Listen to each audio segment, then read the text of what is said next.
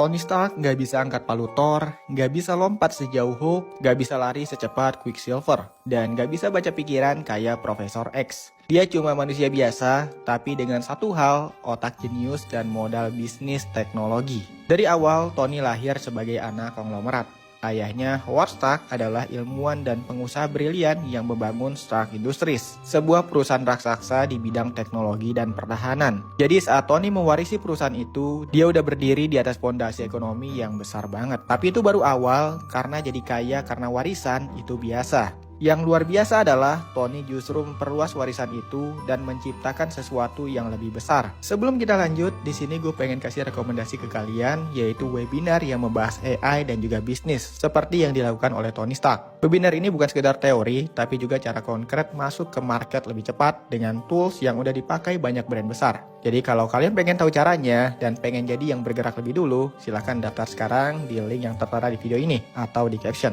Setelah diculik di Afghanistan, Tony nggak cuma selamat, dia balik dengan menciptakan Iron Man Suit versi pertama. Dan dari situ, dia masuk ke jalur baru, teknologi Wearable Weaponized AI. Bukan cuma senjata, tapi simbol kekuatan, perlindungan, dan tanggung jawab. Teknologi itu nggak cuma bikin dia jadi superhero, tapi juga bikin dia jadi pionir di bidang AI, energi bersih, dan sistem pertahanan modern. Teknologi sama dengan uang, tapi teknologi visioner seperti punya Tony Stark sama dengan uang, plus kekuasaan, plus pengaruh global. Di semesta Marvel, Stark Industries bukan cuma pembuat senjata.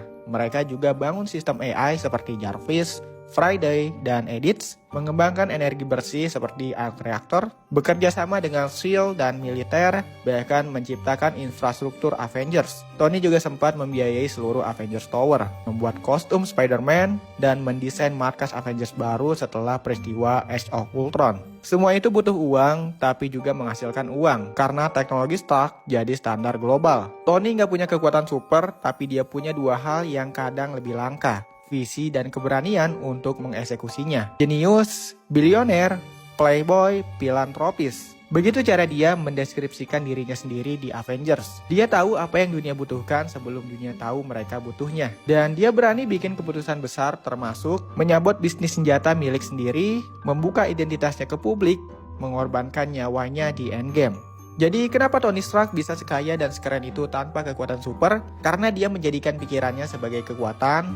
Dia tahu bahwa tubuh biasa terbatas, tapi ide, inovasi, strategi itu bisa mengubah dunia. Dan yang paling penting, dia nggak cuma cerdas, dia menggunakan kecerdasannya untuk tanggung jawab. Itulah kenapa dia bisa jadi pusat dari semua konflik besar di MCU. Karena bahkan tanpa kekuatan super, dia selalu jadi yang